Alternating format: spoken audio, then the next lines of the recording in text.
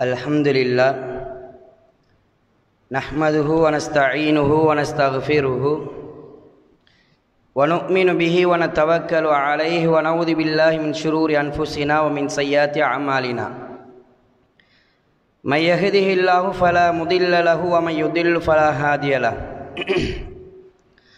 ashhadu an la ilaha illallah wahdahu la sharika lahu wa ashhadu anna muhammadan abduhu wa rasuluhu ya ayyuhalladzina amanu taqullaha haqqa tuqatih wa la tamutunna illa wa antum muslimun ya ayyuhan nas ittaqu rabbakumul ladzi khalaqakum min nafsin wahidah wa khalaqa minha zawjaha wa batha minhuma rijalan katsiran wa nisaa wattaqullaha alladzi tasaaluna bihi wal arham innallaha kana 'alaykum raqiba يا أيها الذين آمنوا اتقوا الله وقولوا قولا سديدا يصلح لكم أعمالكم ويغفر لكم ذنوبكم ومن يطع الله ورسوله فقد فاز فوزا عظيما وبعد فإن أحسن الحديث كتاب الله وخير الهدي هدي محمد صلى الله عليه وسلم وشر الأمور محدثاتها وكل محدثة بدعة وكل بدعة ضلالة وكل ضلالة في النار எக்கோளும் எக்குறையும் இல்லாத பரிசுத்த மார்க்கத்தையும் வேதத்தையும் இறக்கி அருளிய இறைவனுக்கே புகழ் அனைத்தும் அல்ஹம்துலில்லாஹ். சத்திய தூதை அதன் தூய வடிவில் ஒளிமறைவின்றி எத்து வைத்த என் பெருமானார் நபிகளார் ஸல்லல்லாஹு அலைஹி ஸலாத்து வஸ்ஸலாம் அன்னவர்கள் மீதும் அன்னவருடைய வாழ்வை அடியற்றிருந்த உத்தம சஹாபாக்கள், தாபீன்கள், தபா தாபீன்கள் நம்மவர்கள் அனைவர் மீதும் என்றென்றும் எப்போதும் நின்று நிலவட்டுமாக என்று பிரார்த்தித்துக் கொண்டவனாக ஃபர்ல் ஐனான ஜும்மா கடமையை நிறைவேற்றுவதற்காக வேண்டி இறையிலமாம் அல்லாஹுடைய மாளிகையில் ஒன்று கூடியிருக்கின்ற இறை விசுவாசிகளே, அல்லாஹுடைய நல்லடியார்களே, ஆரம்பமாக அல்லாஹும் அல்லாஹுடைய தூதரும் குர்ஆனிலும் சுன்னாவிலும் எவைகளெல்லாம் எங்களுடைய ஈருலக வாழ்க்கைக்கு பிரயோசனம் அளிக்கும் என்று சொல்லி தந்திருக்கின்றார்களோ, கற்றுத் தந்திருக்கின்றார்களோ அப்படியான காரியங்களை முடியுமளவு எடுத்து நடக்குமாறும், அல்லாஹும் அல்லாஹுடைய தூதரும் குர்ஆனிலும் சுன்னாவிலும் எவைகளெல்லாம் எங்களுடைய ஈருலக வாழ்க்கைக்கு பிரயோசனம் அளிக்காது நஷ்டம் விளைவிக்கும் என்று சொல்லி தந்திருக்கின்றார்களோ, கற்றுத் தந்திருக்கின்றார்களோ அப்படியான காரியங்களை முற்றுமுழுதாக தவிர்த்து கொள்ளுமாறும் எனக்கும் அப்பால் உங்களுக்கும் உபதேசம் செய்து கொண்டவனாக இன்றைய இந்த வெள்ளி மேடையில் இறையச்சமும் ரமலானும் என்கின்ற மகுட வாசகத்தின் கீழ் ஒரு சில செய்திகளை எனக்கும் உங்களுக்கும் நினைவூட்டுதலாக உபன்யாசமாக சில செய்திகளை பகிர்ந்து கொள்ளலாம் என்று ஆசைப்படுகின்றேன். இந்த தலைப்பினுடைய முதல் பகுதியான இறையச்சம் என்கின்ற பகுதியை முதலாவது ஹுத்பாவிலே அலசலாம் என்று ஆசைப்படுகின்றேன். இறையச்சத்தினுடைய யதார்த்தத்தை ஒரு மூமின் புரிகின்ற பொழுதுதான், இறையச்சத்துடைய முக்கியத்துவத்தை ஒரு முஃமின் உணர்கின்ற பொழுதுதான் அதற்கு பின்னால் உள்ள வாழ்க்கையை, அவனுடைய நடவடிக்கைகளை சீராக அமைத்துக் கொள்ள முடியும் என்கின்ற அம்சத்தை நாங்கள் புரிந்து கொள்ள வேண்டும். இறையச்சம் என்கின்ற அம்சம், தக்வா என்கின்ற ஒரு விடயம் ஒரு முஃமினுடைய வாழ்க்கையில் உயிரோடும் உணர்வோடும் இரண்டர கலந்து காணப்பட வேண்டிய மிக முக்கியமான ஒரு அம்சமாக இருந்து கொண்டிருக்கின்றது. இறையச்சம் என்கின்ற இந்த அம்சம்தான் நாம் யார் என்பதை அல்லாஹுக்கு முன்னால் அடையாளப்படுத்த காட்டக்கூடிய ஒரு அம்சமாக இருந்து கொண்டிருக்கின்றது. அல்லாஹு தஆலா திருமறையிலே 258 இடங்களில் இந்த இறையச்சத்தை பற்றி பல்வேறு வசன நடைமுறைகளிலே, வசன அமைப்புகளிலே பேசுகின்றான். ஒரு மூமினுடைய வாழ்க்கையில் வணக்கம் சார் விடயமாக இருந்தாலும் சரி, சமூகம் சார் விடயமாக இருந்தாலும் சரி, குடும்பம் சார் விடயமாக இருந்தாலும் சரி, பொருளாதாரமாக இருக்கலாம், இன்ன பிற காரியங்களாக இருக்கலாம், எல்லா விடயங்களிலும் இறையச்சம் என்கின்ற அம்சம் அடிப்படையாக இருக்க வேண்டும் என்கின்ற யதார்த்தத்தை நாங்கள் புரிந்து கொள்ள வேண்டும். அல்லாஹு தஆலா திருமறையிலே பல்வேறு இடங்களில் இறையச்சத்தை பற்றி பேசுகின்றான். மனிதர்களே, நான் உங்களை ஆண் இனத்திலிருந்து பெண் என்று ஜோடி ஜோடியாக படைத்திருக்கின்றோம். உங்களை நாங்கள் கோத்திரங்களாக ஆக்கியிருக்கின்றோம். எதற்காக வேண்டி என்றால், உங்களில் யார் சிறந்தவர் என்று தம்பட்டம் அடிப்பதற்காக வேண்டி, உயர்ந்தவர் தாழ்ந்தவர் என்று கோத்திரங்களாகவோ குலங்களாகவோ நாங்கள் உங்களை ஆக்கவில்லை. மாறாக இன்ன அக்ரமக்கும் இந்தல்லாஹி அத்காக்கும், உங்களில் அல்லாஹ்விடத்திலே மிகச்சிறந்தவர் கண்ணியமானவர் யார் தெரியுமா? யாரிடத்திலே இறையச்சம் என்கின்ற அம்சம் இருந்து கொண்டிருக்கின்றதோ அல்லாஹ்வை பற்றி அச்சம் இருக்கின்றதோ அவர்தான் மனிதர்களிடத்திலும் சரி இறைவனிடத்திலும் சரி சிறந்தவர் என்று அல்லாஹ் தஆலா சொல்லித் தருகின்றான். நாளை மறுமை நாளிலே அல்லாஹ் தஆலா உங்களுடைய உடல் அமைப்புகளை வைத்து அல்லாஹ் தஆலா கூலி தருவது கிடையாது. உங்களுடைய பொருளாதாரத்தை வைத்து அல்லாஹ் தஆலா உங்களுக்கு கூலி வழங்குவது கிடையாது. மாறாக உங்களிடத்தில் இருக்கக்கூடிய ஈமானுடைய அம்சமும் எந்த அளவு நீங்கள் அல்லாஹ்வை பற்றி அச்ச உணர்வோடு வாழ்ந்து கொண்டிருக்கிறீர்கள் என்ற அம்சமும் தான் மறுமை நாளிலே உங்களை உயர்ந்த இடத்துக்கு கொண்டு செல்ல இருக்கின்றன என்ற செய்தியை நாங்கள் புரிந்து கொள்ள வேண்டும்.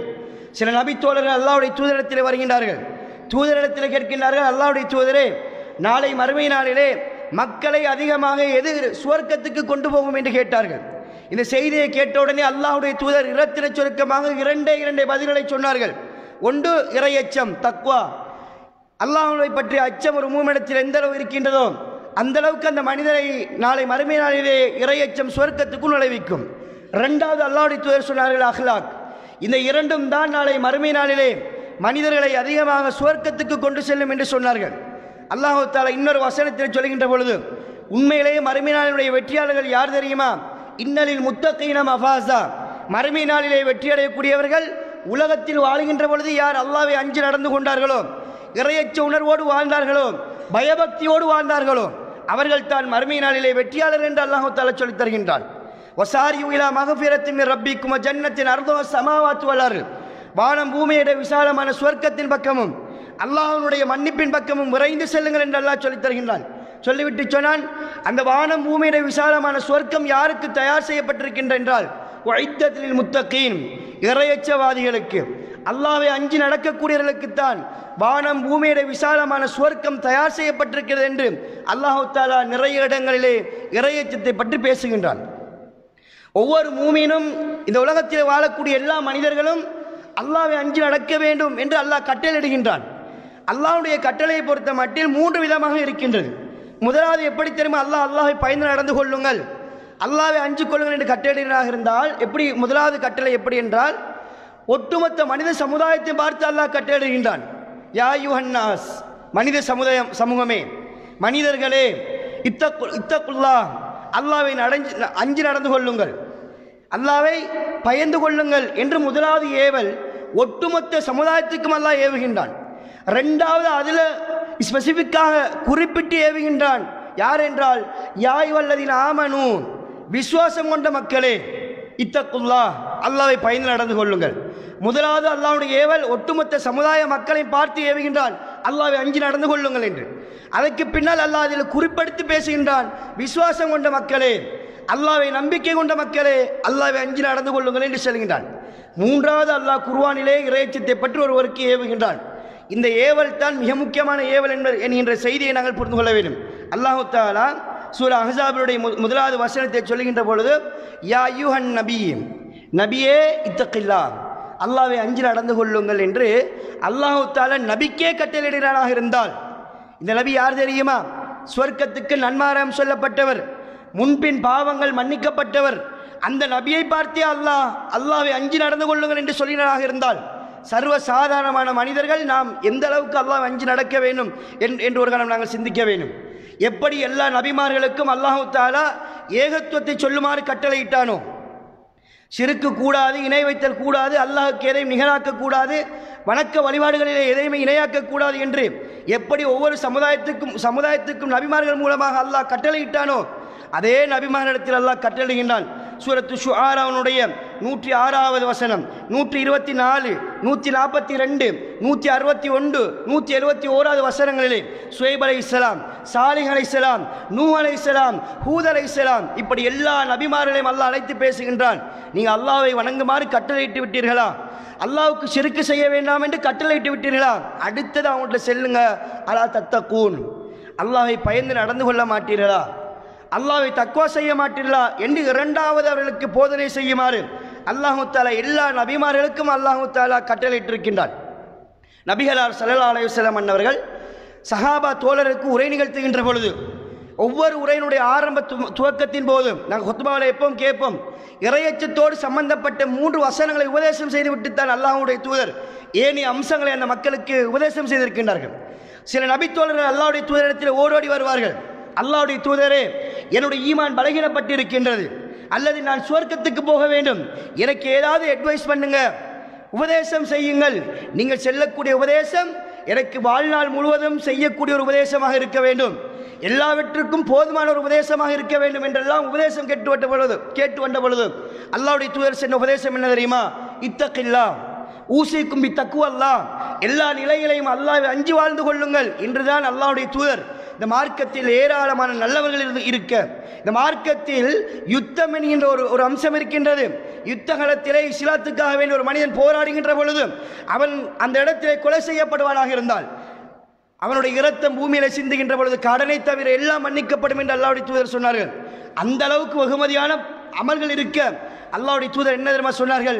இத்தகில்லா, எல்லா நிலையிலையும் அல்லாஹ்வை அஞ்சி நடந்து கொள்ளுங்கள் என்று சொன்னார்கள்.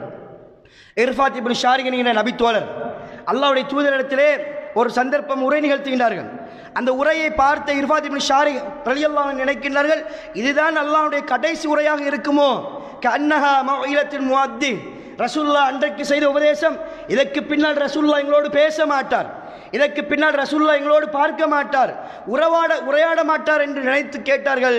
ஃபௌசினா யா ரசூலுல்லாஹ், எங்களுக்கு ஏதாவது ஒரு உபதேசத்தை செய்து கொள்ளுங்கள் என்று கேட்டார்கள். அந்த நேரத்தில் அல்லாஹ்வுடைய தூதர் ஸல்லல்லாஹு அலைஹி வஸல்லம் அவர்கள் ஊசிக்கும் பித்தக்வல்லாஹ், உங்களுக்கு நான் அல்லாஹ்வை அஞ்சி நடந்து கொள்ளுமாறு உபதேசம் செய்தார்கள். அன்பிக்கினிய சகோதரர்களே, இப்படி அல்லாஹ்வுடைய தூதர் ஸல்லல்லாஹு அலைஹி வஸல்லம் அவர்கள் உபதேசம் கேட்கின்ற பொழுதாக இருந்தாலும் சரி, உரையாடுகின்ற பொழுதாக இருந்தாலும் சரி, எல்லா சந்தர்ப்பங்களிலும் தன்னுடைய சஹாபா தோழர்களுக்கு சொன்ன மிக முக்கியமான அம்சம் என்ன தெரியுமா?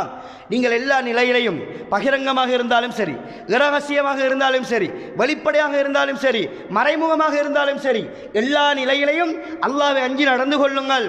அந்த தக்வாவுடைய வாழ்வுதான் நாளை மறுமை நாளிலே உங்களுக்கு ஒரு உயர்ந்த அந்தஸ்தை ஏற்படுத்தி தரும் என்று அல்லாஹ்வுடைய தூதர் சொன்னார்கள். இதற்கு மிக முக்கியமான ஒரு செய்தி உதாரணம், இந்த தக்வாவுடைய முக்கியத்துவத்தை புரிந்து கொள்வதற்காக வேண்டி இந்த செய்தியை சொல்கின்றேன். ரசூலுல்லாஹ் இமாமுல் முத்தகீன், இறையச்சவாதிகளுடைய தலைவர், அல்லாஹ்வை பயந்து நடப்பதில், அல்லாஹ்வுக்கு கட்டுப்படுவதில் முஹம்மதை விட ஸல்லல்லாஹு அலைஹி வஸல்லம் அவர்களை விட வேறு யாரும் இந்த உலகத்தில் வாழ்ந்தது கிடையாது. அந்த அளவுக்கு அல்லாஹ்வுடைய தூதர் ஸல்லல்லாஹு அலைஹி வஸல்லம் அவர்கள் எல்லா செயற்பாடுகளிலும் அல்லாஹ்வுக்கு என்கின்ற உணர்வோடு, அல்லாஹ்வுடைய தூதர் என்கின்ற உணர்வோடு, அல்லாஹ்வுடைய அடிமை என்கின்ற உணர்வோடு வாழ்ந்த ஒரு மனிதர் இமாமுல் முத்தகீன். சுவர்க்கத்துக்கு உத்தரவாதம் அளிக்கப்பட்டவர், முன்பின் பாவங்கள் மன்னிக்கப்பட்டவர்.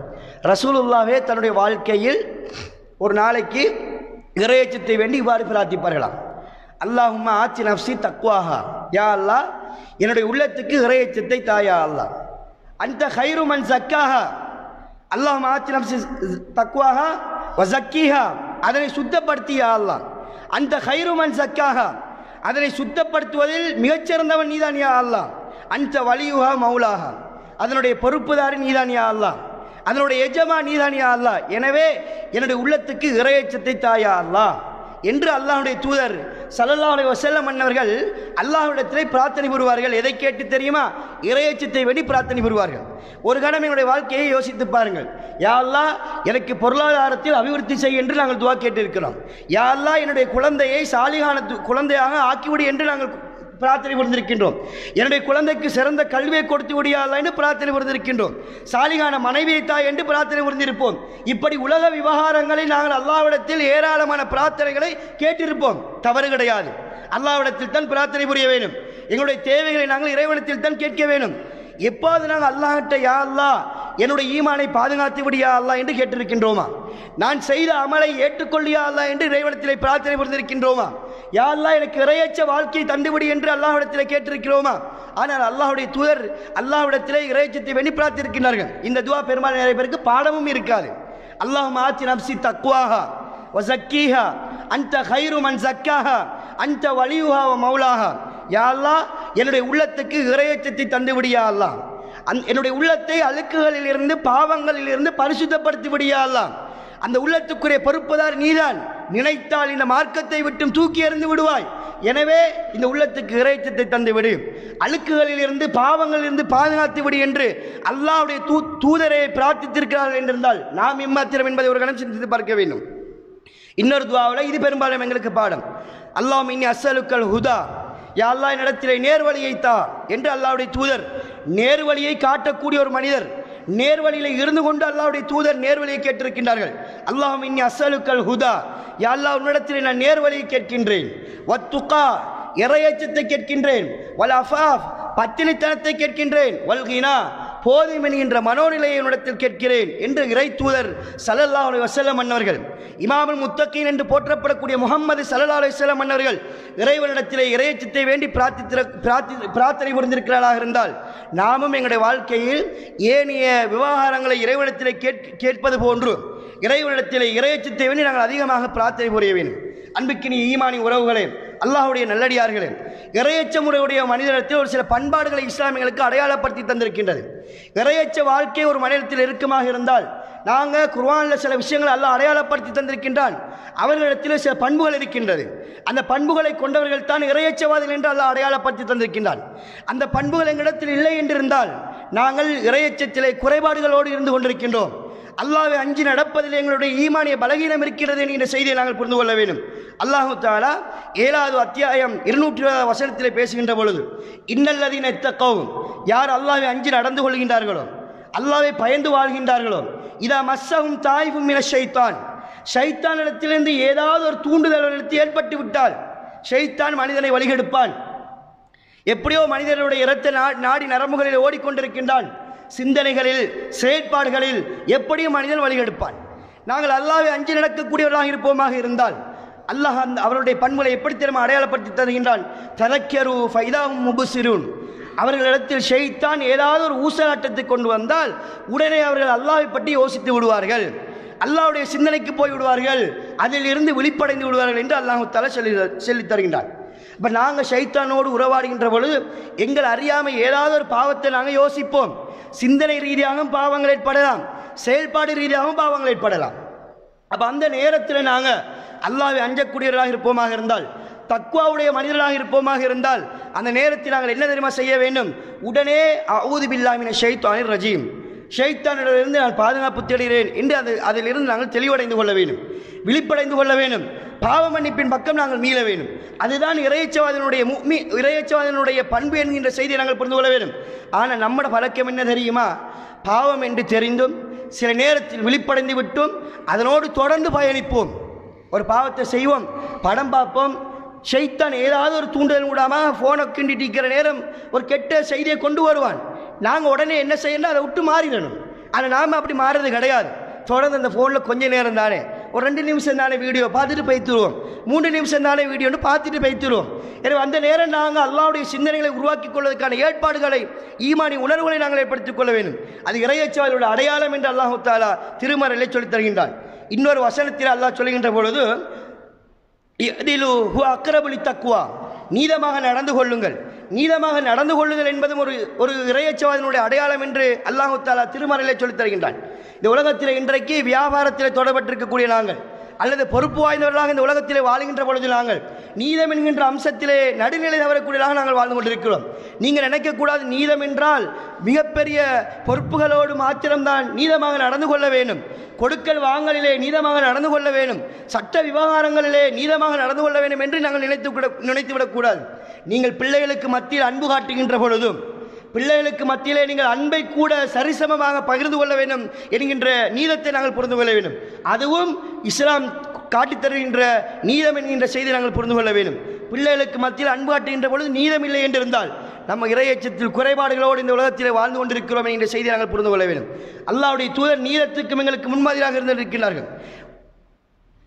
ஃபாத்திமா ரலியல்லாஹு அன்ஹா அவர்களை பற்றி ஒரு செய்திகளை சொல்கின்ற பொழுது அல்லாஹ்வுடைய தூதர் சொன்னார்கள், என்னுடைய மகள் ஃபாத்திமா இது இருக்கின்றார்களே, இந்த ஃபாத்திமா களவெடுத்தாலும் சட்டத்துக்கு முன்னால் இவர் முகமதுடைய மகள் என்றெல்லாம் நான் யோசிக்க மாட்டேன். முகமதுடைய மகள், என்னுடைய மகள் களவெடுத்திருக்கின்றால் நான் ஒரு நபி, ஆனால் இவளை நான் மன்னிப்பு கொடுக்கலாம் அப்படின்னு நான் சிந்தனை செய்ய மாட்டேன்.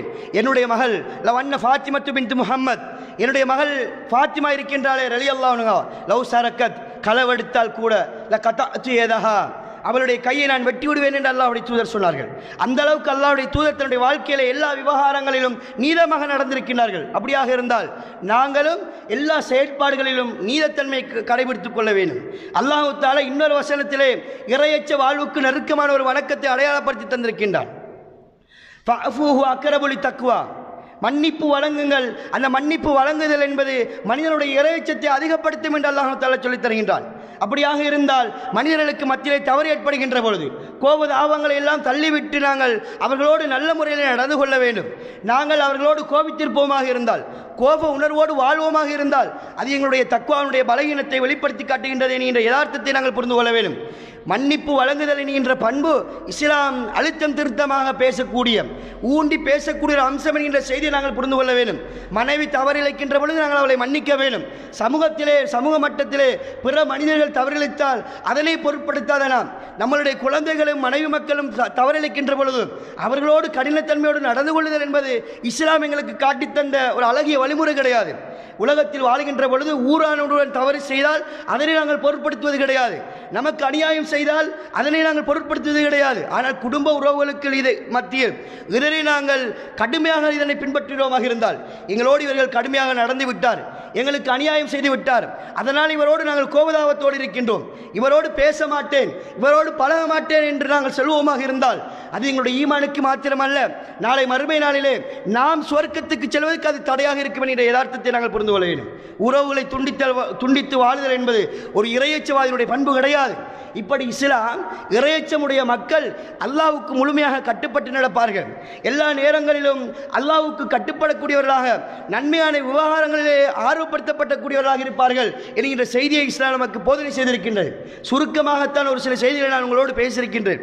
இறையச்சம் என்பது, நான் திரும்பச் செல்வது, ஒரு முஃமினுடைய வாழ்க்கையில் உயிரோடும் உணர்வோடும் இரண்டர கலந்து காணப்பட வேண்டிய மிக முக்கியமான ஒரு அம்சமாக இந்த இறையச்சம் இருந்து கொண்டிருக்கின்றது. உள்ளும் புறமும் நாங்கள் அல்லாஹ்வை அஞ்சி நடந்து கொள்ள வேண்டும். எல்லா சந்தர்ப்பமும் அல்லாஹ் எங்களை பார்த்து கொண்டிருக்கின்றான் என்கின்ற உணர்வோடு நாங்கள் எங்களுடைய செயற்பாடுகளை அமைத்துக் கொள்ள வேண்டும். ஒரு செயற்பாடை செய்கின்ற பொழுது இதை நான் அல்லாஹ்வுக்காக என்று செய்கின்றேன் என்கின்ற உணர்வோடு செய்ய வேண்டும். ஒரு செயற்பாடு, ஒரு பாவத்தை விட்டு நாங்கள் எங்களை தவிர்த்து கொள்கின்ற பொழுது அந்த பாவத்தை கூட நான் அல்லாஹ்வுக்காக விட்டேன் என்கின்ற உணர்வோடு வாழ வேண்டும். அதுதான் முஃமினுடைய ஒரு மிக முக்கியமான ஒரு அம்சம், அடிப்படையான அம்சம் என்கின்ற செய்தியை நாங்கள் புரிந்து கொள்ள வேண்டும்.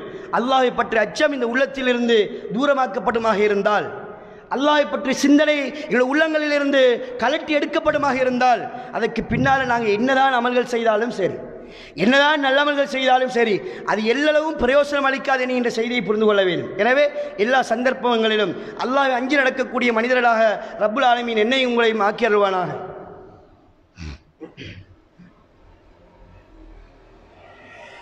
அல்ஹம்துலில்லாஹி ரப்பில் ஆலமீன், வஸ்ஸலாத்து வஸ்ஸலாம் அலா அஷ்ரஃபில் அன்பியாஇல் முர்சலீன் நபீனா முஹம்மதின் வ ஆலா ஆலிஹி வ ஸஹ்பிஹி வ மன் தபியஹும் பி இஹ்சானின் இலா யௌமித்தீன். அம்மா பஅத். அன்பிக்கினிய இஸ்லாமிய உறவுகளே, அல்லாஹ்வுடைய நல்லடியார்களே, இந்த உலகத்திலே வாழுகின்ற பொழுது ஒரு முஃமின் அல்லாஹ்வுடைய கட்டளையை ஏற்று நடக்கின்ற பொழுது அல்லாஹ் தஆலா அவனுக்கு கூலி வழங்குகின்றான். அல்லாஹ் தடுத்த செய்தியை எப்போது அவன் செய்கின்றானோ அப்போது அல்லாஹ் தஆலா அவனுக்கு தீமை தண்டனையை வழங்குகின்றான் என்கின்ற செய்தியை நாங்கள் புரிந்திருக்கின்றோம். எனவே இந்த உலகத்தில் வாழுகின்ற பொழுது ஒவ்வொரு முஃமினும் ஒவ்வொரு நிமிடமும் நான் அல்லாஹ்வுடைய அடிமை என்கின்ற அந்த நன்றி உணர்வோடு வாழ வேண்டும். அந்த உணர்வு எங்களிடத்திலிருந்து கலட்டி எடுக்கப்படுமாக இருந்தால் நாங்கள் அல்லாஹ்வுக்கு நன்றி கெட்டவர்களாக இந்த உலகத்தில் வாழ்கின்றோம் என்கிற யதார்த்தத்தை நாங்கள் புரிந்து கொள்ள வேண்டும். எல்லா நிலையிலும் நாங்கள் நன்றி உணர்வோடு வாழ வேண்டும். அதிலும் குறிப்பாக ரமலானுடைய காலத்தில் அல்லாஹ்வுக்கு இன்னும் அதிகமாக நாங்கள் பக்குவமாக நன்றி உணர்வோடு எங்களை அமைத்துக் கொள்ள வேண்டும். ரமலானுடைய நோக்கத்தை பற்றி அல்லாஹ் பேசுகின்ற பொழுது, ரமலானுடைய மிக பிரதானமான நோக்கமே அல்லக்கும் தத்தக்கூன், நீங்கள் அல்லாஹ்வை அஞ்சி நடக்க வேண்டும், இறையச்சமுடைய மனிதராக மாற வேண்டும் என்பதுதான் ரமலானுடைய நோக்கமாக இருந்து கொண்டிருக்கின்றது. அல்லாஹ் தஆலா என் மீதும் உங்கள் மீதும் கருணை கொண்டிருக்கின்றான். எந்த அளவுக்கு இந்த மார்க்கம் என் மீது அன்பு காட்டிருக்கிறது, இறைவனுடைய அன்பை பாருங்கள் சகோதரர்களே. நீங்கள் ஒரு நன்மையை செய்வதற்காக வேண்டி நினைக்கின்றீர்கள். நான் இப்போ ஒரு நன்மையை செய்ய போறேன்னு நினைக்கிறேன். அல்லாஹ் தஆலா நன்மையை பதிய செய்யக்கூடிய மலக்குமார்களுக்கு கட்டளையிட்டிருக்கின்றான். என்னுடைய அடியான ஒரு நன்மையை செய்வதற்கு நினைத்திருக்கின்றான். அந்த நினைத்ததுக்காக வேண்டி அவன் செய்யலை, நினைச்சதுக்காக அவனுக்கு ஒரு கூலியை கொடுங்க. அந்த அதே அடியான் நினைத்த நன்மையை செய்வானாக இருந்தால் அல்லாஹ் 7 700 வரையான நன்மையை அல்லாஹ் அவனுக்கு வழங்குகின்றான். 7 700 வரையான நன்மை அந்த அடியானுக்கு வழங்கப்படுகின்றது. அப்படியாக இருந்தால் ஒரு மனிதன் பாவம் செய்தால் பாவத்தை நினைக்கின்ற பொழுது அவனுக்கு ஒரு பாவம் வழங்கப்பட வேண்டும். இதான் லொஜிக்கலி யோசிக்கிற நேரம் ஒரு நன்மையை நினைச்சு ஒரு நன்மைண்டா ஒரு தீமையை நினைச்சா ஒரு தீமை வழங்கப்படணும். ஆனால் அல்லாஹ் எங்கள் மீது இரக்கம் காட்டிருக்கின்றான், எங்கள் மீது இரக்கம் கொண்டிருக்கின்றான். அல்லாஹ் தீமையை பதியக்கூடிய மலக்குமார்களுக்கு கட்டளையிட்டிருக்கின்றான். என்னுடைய அடியான் ஒரு பாவத்தை நினைத்தால் அவனுக்கு எதுவுமே பதியாதீங்க, நினைச்சதுக்கு நீங்கள் பதிய தேவையில்லை. அப்படி அவன் பாவத்தை செய்வானாக இருந்தால் அவனுக்கு ஒரே பாவம் எழுதுங்கள். இதுதான் அல்லாஹ் எங்கள் மீது காட்டிருக்கக்கூடிய அன்பு தோழர்களே. அது மாத்திரமல்லாமல் எல்லா நிலைகளிலும் நாங்கள் நன்மையின் பக்கம் ஆர்வப்படுத்த வேண்டும், நன்மைகள் அதிகமாக செய்ய வேண்டும் என்பதற்காக வேண்டி அல்லாஹ் தஆலா ஏராளமான சந்தர்ப்பங்களை எங்களுக்கு தந்திருக்கின்றான். நம்முடைய கடமை என்ன தெரியுமா? அதனை நாங்கள் அல்லாஹ்வுக்காக என்று சொல்ல வேண்டும். சுப்ஹானல்லாஹி வ பிஹம்திஹி என்று ஒரு மனிதன் சொல்கின்ற பொழுது 100 வருடம் சொன்னால் கடல் நுரையளவு பாவங்கள் செய்திருந்தாலும் மன்னிக்கப்படும் என்று சொன்ன ரப்புல் ஆலமீன், அதனை நாங்கள் ஈமானோடு அல்லாஹ்வுக்காக வேண்டிய உணர்வோடு சொன்னால் அந்த பாவம், சிறிய பாவங்கள் மன்னிக்கப்படும். அல்லாஹ்வுக்கு விருப்பமான 2 வார்த்தைகள் சுப்ஹானல்லாஹி வ பிஹம்திஹி, சுப்ஹானல்லாஹில் அலீம் என்ற வார்த்தைகள். அல்லாஹ்வுக்காக வேண்டிய உணர்வோடு அந்த நன்மையை எதிர்பார்த்து தக்வா என்ற அம்சத்தோடு செல்வோமாக இருந்தால் அந்த நன்மை பதியப்படும். நாங்கள் தக்வாவோடு அதை செய்வோமாக இருந்தால் சிறிதாக இருந்தாலும் அவைகள் கூலிகளாக எங்களுக்கு வழங்கப்படும் என்கின்ற செய்தியை நாங்கள் புரிந்து கொள்ள வேண்டும். எனவே இந்த நோன்புடைய மிக பிரதானமான இலட்சியம் என்னவென்றால் நாங்கள் இறையச்சமுடையவர்களாக மாற வேண்டும், தக்வாவுடையவர்களாக எங்களை உருவாக்கிக் கொள்ள வேண்டும். ஆனால் இன்றைக்கு நாங்கள் அதனை மறந்துவிட்டு கடமைக்காக வேண்டி எல்லோரும் பிடிக்கின்றார்கள், அதனால் நானும் நோன்பு பிடிக்கின்றோம் என்று பிடிக்கக்கூடியவர்கள் தான் அநேகமானவர்கள் இந்த உலகத்திலே வாழ்ந்து கொண்டிருக்கின்றார்கள். குடும்பத்தில் வாப்பா பிடிக்கிறாங்க, உம்மா பிடிக்கிறாங்க, அதனால் பிள்ளைகள் பிடித்து கொண்டிருக்கின்றார்கள். கணவன் பிடிப்பதால் மனைவி பிடிக்கின்றால், மனைவி பிடிப்பதால் குழந்தைகள் பிடிக்கின்றார்கள். எல்லோரும் நோன்பு காலத்தில் நோன்பு பிடிக்கிறாங்க, அதனால் முஸ்லீம்கள் நோன்பு பிடிக்கின்றார்கள் என்று கடமைக்கு நாங்கள் நோன்பு பிடிப்போமாக இருந்தால் எங்களிடத்தில் அந்த இறையச்ச உணர்வு மாறாது.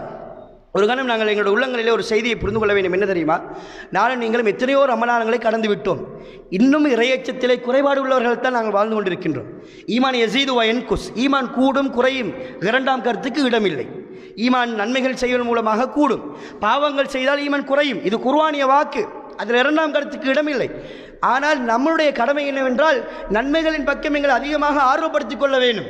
சிந்தனைகளிலும் செயற்பாடுகளிலும் நன்மைகளோடு நாங்கள் வாழ்வோமாக இருந்தால் அது எங்களுக்கு பழக்கப்படுத்திக் கொள்ள வேண்டும். இப்போ நோம்பினுடைய 30 மாத காலம் நாங்கள் முழுக்க நன்மைகளுக்கே பயிற்றுவிக்கப்பட்டு கொண்டிருக்கின்றோம். எந்த அளவுக்கு பயிற்றுவிக்கப்படுகிறோம் என்றால் நாங்கள் ஆகமாக்கப்பட்ட விடயங்களை உண்ணுவது ஆகமான அம்சம், மனைவியோடு உறவு கொள்வது ஹலாலான அம்சம், ஹலாலான மனைவியோடு ஆகமான முறையில் உறவு கொள்வது என்பது ஹலாலான ஒரு அம்சம். அல்லாஹ் ஹலாலாக்கியதை அல்லாஹ் போட்ட ஒரு கட்டளைக்காக வேண்டி 30 நாள் 13 மணித்தியாலங்கள் நாங்கள் அல்லாஹ்வுக்காக வேண்டிய நீங்கள் உணர்வோடு செய்வோமாக இருந்தால் எங்களிடத்தில் இந்த மாற்றம் ஏனைய காலங்களில் வரணும். உளவியலாளர்கள் சொல்வார்கள், 21 காலம் தொடர்ந்து தேர்ச்சியாக ஒரு மனிதர் ஒரு விடயத்தை செய்வானாக இருந்தால் அதற்கு பின்னால் அவன் அதற்கு இயல்பாக பழக்கப்பட்டு விடுவான் என்று சொல்கின்றார்கள். ஆனால் நாங்கள் அதற்கு இன்னும் பழக்கப்படலை என்ற என்ன காரணம் என்றால் ஈமானி உணர்வோடு அதனை நாங்கள் செய்யவில்லை. எத்தனையோ வணக்க வழிபாடுகளை ரமலானிலே நாங்கள் மேற்கொண்டிருக்கின்றோம், ரமலானிலே நின்று வழங்குகின்றோம், தர்மங்களை அதிகமாக செய்கின்றோம், அல்லாஹ்வுக்காக வேண்டி ஆகமாக்கப்பட்ட விடயங்களை தவிர்த்து கொண்டிருக்கின்றோம், இன்னபிற இபாதத்தான விடயங்கள் குர்ஆனிலே அதிகமாக எங்களை தொடர்படுத்திக் கொண்டிருக்கின்றோம். இது எல்லாம் ரமலானில் எல்லாரும் செய்கிறாங்க, அதனால் நாங்களும் செய்கிறோம் என்று செய்கிறத்தால் நடக்கிற விளைவுகள். எத்தனையோ ரமலானை நாங்கள் சந்தித்திருக்கின்றோம். அந்த ரமலானிலே நாங்கள் ஈமானி உணர்வோடு இறையச்ச உணர்வோடு நாங்கள் அதனை மேற்கொள்வோமாக இருந்தால் அந்த மாற்றம் எங்களிடத்திலே வரணும். அல்லாஹ் அதற்கு இந்த ரமலானை அல்லாஹ் எங்களுக்கு ஏற்படுத்தி தர வேண்டும். அதோடு ஒரு செய்தியை புரிந்து கொள்ளுங்கள். ஒரு வாரத்தில் நாங்கள் ரமலானை சந்திக்க இருக்கின்றோம். அந்த ரமலான் அடுத்த வாரம் வர இருப்பது உத்தரவாதம். ரமலானை சந்திப்பது நாம் அடுத்த வாரம் அந்த ரமலானை சந்திப்போமா என்பது உத்தரவாதம் கிடையாது. நாளைக்கு மரணிக்கலாம், ரமலானை அடைவதற்கு முன்னால் எங்களை மரணம் சம்பாதிக்கலாம், என்னுடைய மரணம் என்னை வந்துடலாம். அப்படியாக இருந்தால் அதற்கு முன்னால் நாங்கள் எங்களை தயார்படுத்திக் கொள்ள வேண்டும். அல்லது அந்த ரமலானை அடையக்கூடிய பாக்கியம் எங்களுக்கு கிடைக்குமாக இருந்தால் அதனை நாங்கள் பயன்படுத்திக் கொள்ள வேண்டும். எங்களோடு வாழ்ந்த எத்தனையோ உறவுகள் இன்றைக்கு மன்னரையுடைய வாழ்விலே வாழ்ந்து கொண்டிருக்கிறார்கள். உலகத்தில் வாழ்கின்ற பொழுது என்ன அமல்கள் செய்தார்களோ அந்த அமல்களுக்கு ஏற்றால் போல மன்னரையுடைய வாழ்விலே சுவனவாசிகளாகவோ அல்லது தண்டனைக்குட்படுத்தப்பட்டவர்களாக வாழ்ந்து கொண்டிருக்கலாம். ஒரு நாளைக்கு நானும் மரணித்தால் மறுமை நிகழ்கின்ற வரை மன்னருடைய வாழ்க்கையை நான் வாழ இருக்கின்றேன். அப்படியாக இருந்தால் அவைகள் தான் நிரந்தரமானது. மன்னருடைய வாழ்க்கையும் மறுமை வாழ்க்கை மாத்திரம்தான் நிரந்தரமானது என்கின்ற நம்பிக்கையோடு வாழ்கின்றோமே, அந்த நம்பிக்கைக்கு நாங்கள் என்ன செய்திருக்கின்றோம் என்று ஒரு கணம் சிந்தித்து பாருங்கள். உலகத்தை அல்லாஹ் தஆலா மன்னரை வாழ்க்கையும் மறுமை வாழ்க்கையும் சீரும் சிறப்புமாக இருக்க வேண்டும் என்பதற்காக வேண்டித்தான், அதற்காக வேண்டி இந்த உலகத்தை நீங்கள் செப்பனிட வேண்டும் என்பதற்காக வேண்டித்தான் அல்லாஹ் தஆலா இந்த உலக வாழ்க்கை எங்களுக்கு தந்திருக்கின்றான். ஆனால் நாங்கள் உலகத்தோடு வாழ்கின்றோம், உலக இன்பங்களுக்கு அடிமைப்பட்டு வாழ்ந்து கொண்டிருக்கின்றோம். உலக விவகாரங்களில் வாழத்தான் வேண்டும். உலகத்திலே பொருளாதாரத்தை தேட வேண்டும், கல்வியை தேட வேண்டும், இன்ன பிற விவகாரங்களிலே இன்பகரமாக வாழ வேண்டும். ஆனால் எல்லை மீறி நாங்கள் வாழ்ந்து கொண்டிருக்கின்றோம். மறுமையை மறந்து வாழ்ந்து கொண்டிருக்கின்றோம், அல்லாஹ்வை மறந்து வாழ்ந்து கொண்டிருக்கின்றோம், தொழுகையை மறந்து வாழ்ந்து கொண்டிருக்கின்றோம். ரமலான் மட்டும் வந்துவிட்டால் ரமலானுக்குரிய ஒரு மூமின்களாக, ரமலானிற்குரிய இபாதத்துசாலிகளாக நாங்கள் எங்களை மாற்றிக்கொண்டு விட்டோம். அப்படி மாற்றுவதனுடைய விளைவுதான் என்னுடைய ஈமான் எல்லாம் பலகீனப்பட்டு எந்த பிரயோசனம் இல்லாமல் வாழ்க்கையிலே நிம்மதி குறைந்தவர்களாக இந்த உலகத்திலே நாங்கள் வாழ்ந்து கொண்டிருக்கின்றோம். எனவே அன்பிற்கினி ஈமானி உறவுகளே, ரமலானுடைய இபாதத்துடைய எல்லா செயற்பாடுகளும் எங்களை ஒரு இறையச்சவாதிகளாக மாற்ற வேண்டும், அல்லாஹ்வோடு அதிகமாக நெருங்க வேண்டும், அல்லாஹ்வின் பக்கம் அதிகம் மீள வேண்டும் என்பதற்காக வேண்டி என்றே ஏற்படுத்தி தரப்பட்ட மௌசுமுல் இபாதத்துக்குரிய காலம். எனவே அதனை நாங்கள் சரியாக பயன்படுத்த வேண்டும். பயன்படுத்துகின்ற பொழுது ஒன்றை மாத்திரம் அறிந்து கொள்ளுங்கள், இன்னமா யதகப்பலுல்லாஹு மினல் முத்தகீன். அல்லாஹ் தஆலா இபாதத்துகளை இறையச்சவாதிகளிடத்திலிருந்து மாத்திரம்தான் ஏற்றுக்கொள்வான். சிறியதாக இருந்தாலும் பேருக்காக வேண்டியோ புகழுக்காக வேண்டியோ அல்லது கடமைக்காக வேண்டியோ செய்யாமல் அல்லாஹ்வுக்காக வேண்டிய நீண்ட உணர்வோடு செய்கின்ற பொழுதுதான் அல்லாஹ் தஆலா அந்த இபாதத்தை ஏற்றுக்கொள்வான். அதற்கான முயற்சியில் நாங்கள் ஏற்படுத்திக் கொள்ள வேண்டும். சில நேரங்களில் ஷைத்தான் எங்களுடைய சிந்தனைகளை திசை திருப்பலாம். எங்களுடைய தொழுகையை முகஸ்துதியாக மாற்றலாம், என்னுடைய குர்ஆனிய திலாவத்தை முகஸ்துதிக்காக மாற்றலாம். அல்லாஹ் கொண்டு வருவான். ஆனால் நாங்கள் நேரத்தில் சொன்ன போது அந்த இடத்திலிருந்து நாங்கள் எங்களை தெளிவுபடுத்திக் கொள்ள வேண்டும். அந்த நேரத்தில் நாங்கள் விழிப்படைந்து கொள்ள வேண்டும்.